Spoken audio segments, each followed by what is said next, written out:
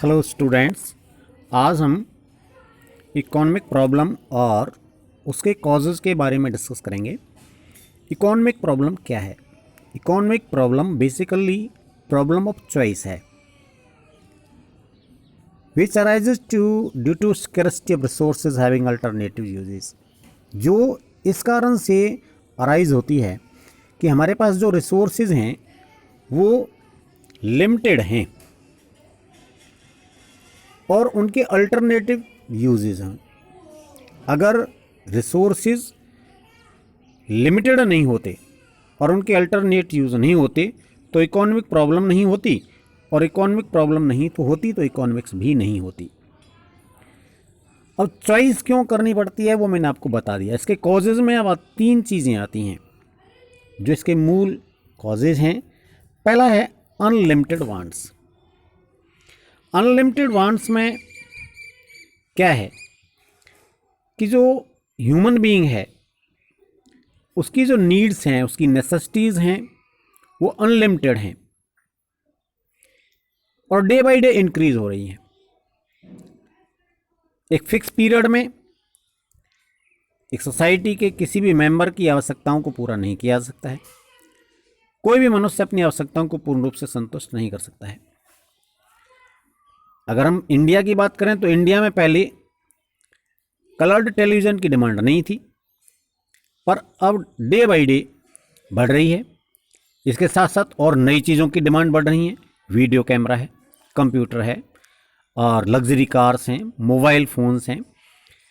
तो हमारे पास unlimited wants हैं और इन वांट्स को पूरा नहीं किया जा सकता है।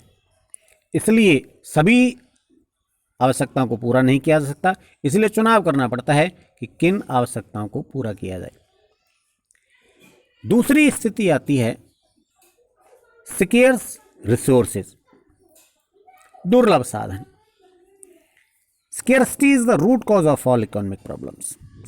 जितनी भी समस्याएं हैं उन सब का जो कारण है वो स्केर्सिटी है, दुर्लभता है। स्केर्सिटी का मतलब क्या है? स्केर्सिटी की मीन्स है shortage of resources in relation to their wants, यानी जितनी हमारी आवश्यकताएं हैं उससे संसाधन हमारे पास कम हैं।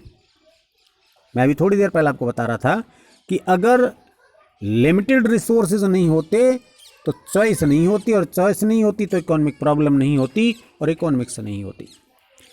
हमारे पास रिसोर्सेज लिमिटेड हैं तो हमें यह सोचना पड़ता है कि पहले हम कौन सी आवश्यकताओं को संतुष्ट करें, संसाधनों का किन आवश्यकताओं को पूरा करने में प्रयोग करें।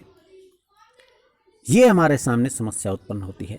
तो दूसरा साधन है लिमिटेड रिसोर्सेज। तीसरी है रिसोर्सेज हैव अल्टरनेटिव यूजेस। हमारे पास जितने भी रिसोर्सेज हैं उनके अल्टरनेटिव यूजेस होते हैं। हम उन्हें एक रिसोर्स को हम कई जगह प्रयोग कर सकते हैं। इसके लिए आप एग्जाम्पल ले सकते हैं। जैसे आप मिल्क की बात करें, अब मिल्क को आप पीने के लिए यूज़ कर सकते हैं, आइसक्रीम बनाने के लिए यूज़ कर सकते हैं, रसगुल्ले बनाने के लिए यूज़ कर सकते हैं।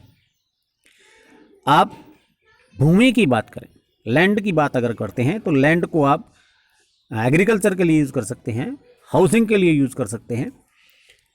इसी प्रकार अगर आप फैमिली इनकम की बात करें तो आपके पेरेंट्स की जो इनकम है उसको आपको कहाँ यूज़ करना है, अपने फूड्स पर कितना यूज़ करना है और क्लॉथ्स पर कितना यूज़ करना है और दूसरी वस्तुएं खरीदने के लिए कितना यूज़ करना है, ये अल्टरनेटिव यूजेज हैं।